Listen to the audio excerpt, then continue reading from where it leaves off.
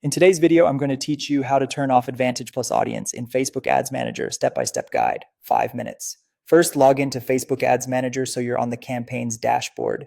Open the campaign you want to adjust by selecting it and clicking Edit, or if you're just getting started, you can create a new campaign and follow along in the same way. Once you're in the campaign workflow, click Next to move into the ad set level. This is where audience and placement settings live, and where Advantage Plus audience behavior is controlled. In the ad set, look for the audience section. Click the option that says further limit the reach of your ads. This tells Ads Manager you want more control instead of allowing broad expansion. From here, select your preferred audience inputs, such as locations, demographics, or custom audiences, then click Continue to apply those choices. Now fine-tune your audience details. For this walkthrough, adjust the age range to set it from 33 to 50.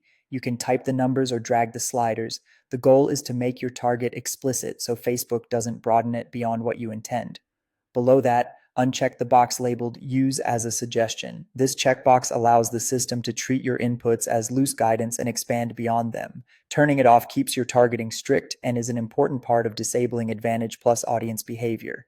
Next, move to placements. By default, Advantage placements are often enabled to maximize reach. Click Show More Settings, then open Placement Controls. Here, manually uncheck any feeds or placements you don't want.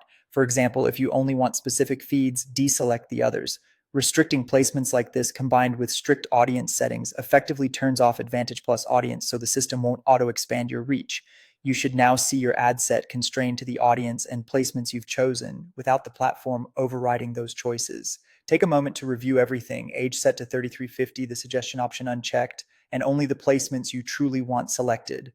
When you're satisfied, go ahead and publish your campaign. Ads Manager will validate your settings. If you see any prompts, resolve them and confirm. That's it. Your campaign will run with your defined audience and placements, and Advantage Plus audience expansion will be off.